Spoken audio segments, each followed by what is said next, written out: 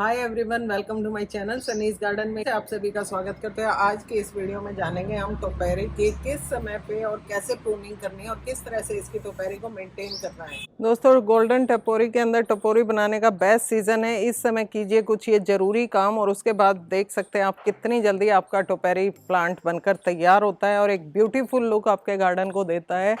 बहुत ही अमेजिंग, बहुत costly plant ये मिलता है। घर पे आप इसको बहुत आसानी से इसकी टोपेरी बना सकते हैं। तो चलिए वीडियो में जानते हैं कैसे बनाएं। आज मैं अपने गोल्डन टोपेरी प्लांट की टोपेरी को मेंटेन करने जा रही हूँ, क्योंकि मैंने इस पे प्रोसेसिंग तो काफी पहले से शुरू कर दी थी, लेकिन इस समय इसकी ग्रोथ बहुत अच्छे से हो रही है और इस समय कुछ जरूरी काम इसके अंदर मैं करूंगी तो बहुत जल्दी और बहुत ही बुशी टोपेरी मेरे प्लांट के अंदर बनकर तैयार होगी। वैसे तो टोपेरी बहुत सारे प्लांट्स के अंदर बनाई जाती है, मतलब प्लांट को एक परफेक्ट लुक देने के लिए, एक अमेजिंग कुछ हटके लुक देने के लिए इसके अंदर कटिंग और प्रूनिंग कर करके एक डिफरेंट शेप दी जाती है। उसी को टोपेरी कहा जाता है।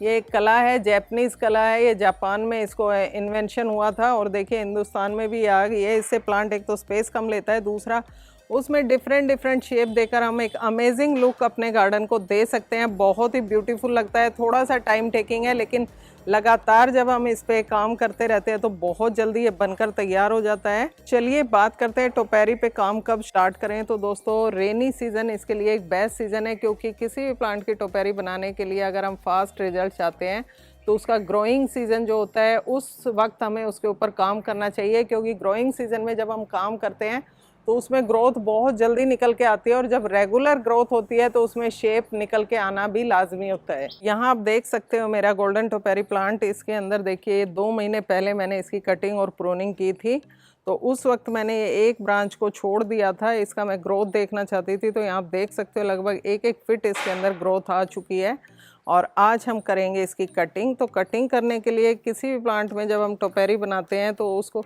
इस तरीके से हमें गुच्छे में पकड़ना होता है और ऊपर से सीजर लेके, कोई शार्प कैंची लेके या कटर लेके इसको गोलाई में हमें कट करना होता है। गोलाई में एक बॉल नुमा शेप इसको देना होता है।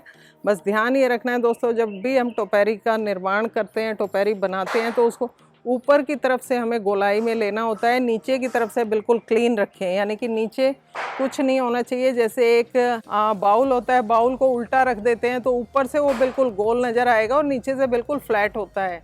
तो इस तरह का लुक जब हम बनाते हैं प्लांट के अंदर तो बहुत ही सुंदर नज़र आता है। देखिए, जब भी आप अपने प्लांट के अंदर टोपेरी बनाते हैं तो उसके नीचे की ब्रांच को इस तरीके से आप पकड़ सकते हैं और ऊपर का खुला छोड़ दिया और किसी कैंची या कटर की सहायता से इसको गोल गोल काट लीजिए। नीचे की तरफ जो ब्रांच लटकी हुई है, जैसे कि ये लटक रही है, आप देख रहे हो, इसको रिमूव कर दीजिए, क्योंकि हमें टोपेरी ऊपर की तरफ बनाना है। और दूसरी बड़ी चीज़, अगर ब्रांच इस तरीके से आपकी फैल रही है, यानी कि दूर दूर है, तो किसी वायर या किसी रस्सी की सहायता से इसको इस तरीके से बांध दीजिए। थोड़े दिन अगर ये बंधा रहेगा, 1-2 महीने के बाद आप इसको हटा देंगे तो ये हमारा इसी तरीके से शेप लेगा, यानी कि कंजस्टेड हो जाएगा और जितना ये घना होगा उतना सुंदर नजर आएगा। तो टोपेरी बनाने के लिए इस तरीके से कस के इसको हाथ से पकड़िए और देखिए इस तरह से इसकी सॉफ्ट जो ऊपर की कोपले होती है उसको बहुत ध्यान से हमें गोलाई में कट करना है। बिल्कुल इस तरीके से जैसे एक छोटे बच्चे के बाल काटे जाते हैं, बहुत सावधानी से, कहीं उसको चोट ना लग जाए। इस तरीके से जब हम इसकी कटिंग करते हैं,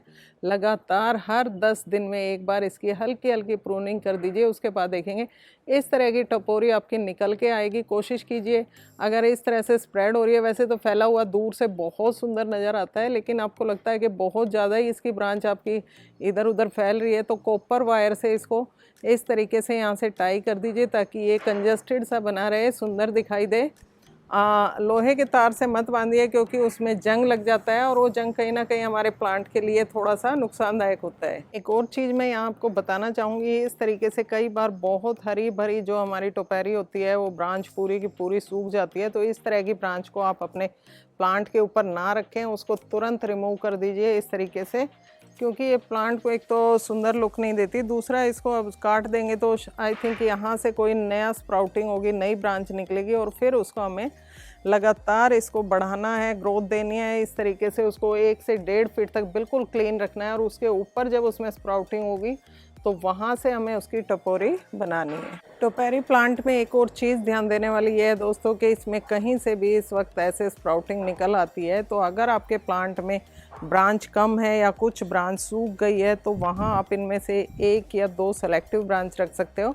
और ऐसी ब्रांच रखिए जिस साइड में आपके ब्रांच ना हो उस साइड में उसकी ग्रोथ हो रही हो, यानी कि बाहर की तरफ निकलती हुई, और बाकी ब्रांचों को यहाँ से रिमूव कर दीजिए, क्योंकि इस टोपेरी प्लांट के अंदर अगर एक्सेस ब्रांच होगी तो प्लांट में लुक नहीं आएगा। उसके अंदर जो टोपेरी आप बनाना चाह रहे हो, जो शेप आप इसके अंदर देना चाह रहे हो, वो उसमें नज़र नहीं आएगी। तो उसके लिए सेलेक्टिव 1 या 2 ब्रांच को ही रखिए। तो दोस्तों यहाँ आपने देखा किस तरीके से हमने अपने टोपेरी प्लांट के अंदर टोपेरी का निर्माण किया है। बहुत सुंदर ये लुक देता है आपके घर को, आपके गार्डन को। अगर आपके पास ये प्लांट नहीं है तो इसी समय इस प्लांट को अपने गार्डन में ऐड कीजिए और अपने गार्डन में 4 चांद लगाइए। बहुत ही ब्यूटीफुल और इजी टू केयर प्लांट है। बस टाइम टू टाइम इसकी कटिंग प्रूनिंग करते रहें और देखेंगे एक ब्यूटीफुल प्लांट आपको ने अपने हाथों से अपने गार्डन के लिए तैयार कर लिया। दोस्तों अभी का जो समय है यानी कि बरसात का समय है, इस समय बिल्कुल परफेक्ट सीजन है टोपेरी मेंटेन करने का। और वीडियो में आपने देखा कि किस तरीके से हम टोपेरी को मेंटेन कर सकते हैं, कैसे इसको ज़्यादा से ज़्यादा बुशी बना सकते हैं।